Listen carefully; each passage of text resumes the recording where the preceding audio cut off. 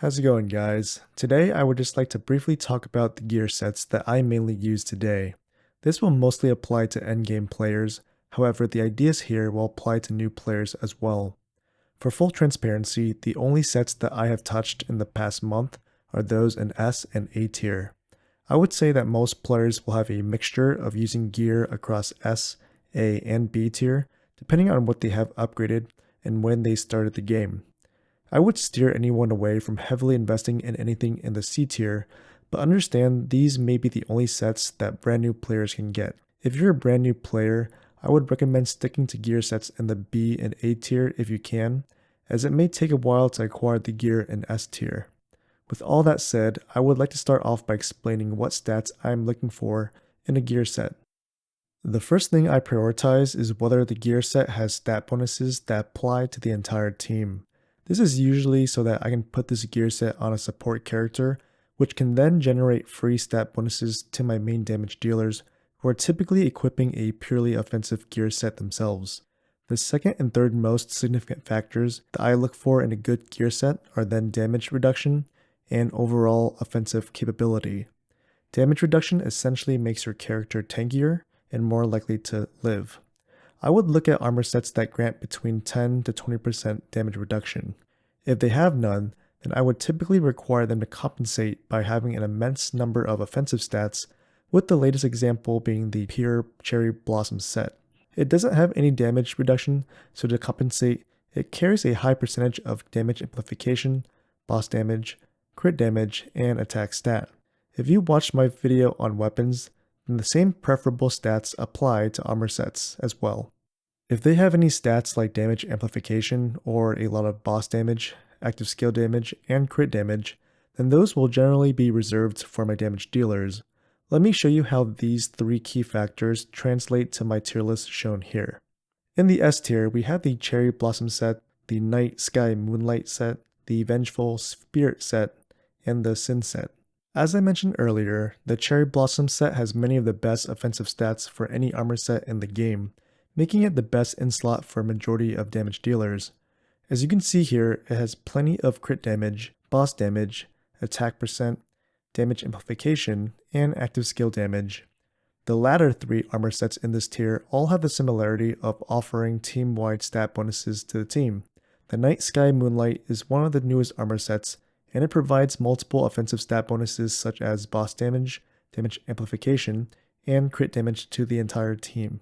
This would be the best in slot for a character like Celine, who can take advantage of the additional monster penetration which scales with her abilities.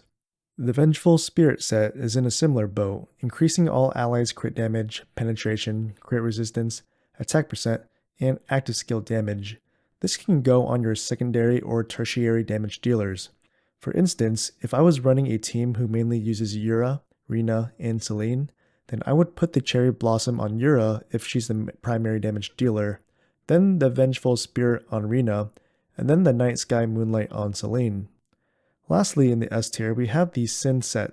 This armor set doesn't have impressive stats, however it does have a little bit of team-wide stat bonuses, as well as a reduction to the enemy's attack, so I would recommend putting this onto your support or healer.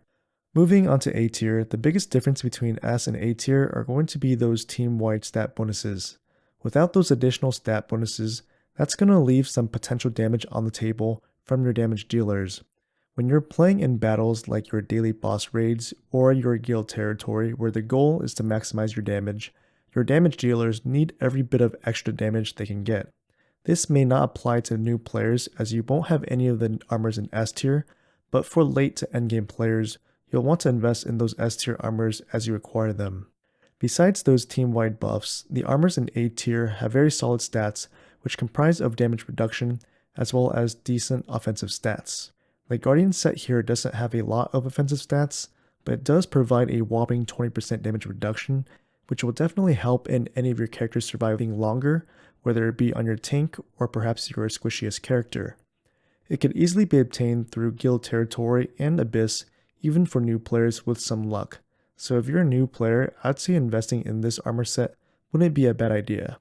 The Chaos set has a lot of offensive stats going for it, as well as granting 15% damage reduction with the 5-piece bonus, so overall, It is a very strong armor set for any of your damage dealers. The White Dragon armor set offers a lot of additional boss damage for the 3-piece bonus, which I would recommend pairing with 2 pieces of a Cherry Blossom to maximize your boss damage if you don't have the complete Cherry Blossom set. Other than this use case, I wouldn't recommend this set for much else. Lastly, we have the Witch set, which provides a ridiculous amount of active skill damage. If you don't have the Night Sky Moonlight set, then this would be a great set for characters like Selene and Hera, who are your secondary and tertiary damage dealers. Next, we have the armor sets in B tier, which I would say is the last of the recommended armor sets to use. I would skip C tier altogether, and I will explain why in a moment. Armor sets in the A and B tier are very similar. Most, if not all of these, provide some amount of damage reduction. However, I would say that the armor sets in B tier at a holistic level are just slightly worse in terms of offensive stats. For newer players, these armor sets are probably what you're going to be farming and acquiring for the early to mid parts of the game, to which you should be safe upgrading these to at least level 50 or slightly further, but I would reserve the armor sets in A and S tier for upgrading to level 100 or past 100. I won't talk about every armor set in this tier, but I will give a few honorable mentions. For the majority of players, I have no problem recommending the Achilles set, Executioner set, Slasher set, and the Demon set. This is because these armor sets are easily obtainable through certain shops which are accessible even for new players. For example, the Achilles and Executioner sets can be obtained from the Raid shop, the Slasher set can be obtained from the Ghoul shop, and the Demon set can be obtained through the Demon shop.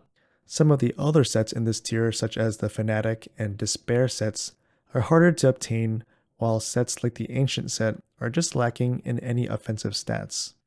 Lastly, to briefly talk about the C tier, none of these armor sets have any damage reduction, which will significantly impact the survivability of your team. That and their offensive stats are generally worse than any of the sets in B tier. Because they have nothing going for them, I would avoid these altogether if you're able to get the armor sets in B tier and above. Obviously, if you're brand new, then these would be better than any 4-star armor sets. However, it shouldn't take very long into the game before you start seeing armor sets in the B tier to start you off.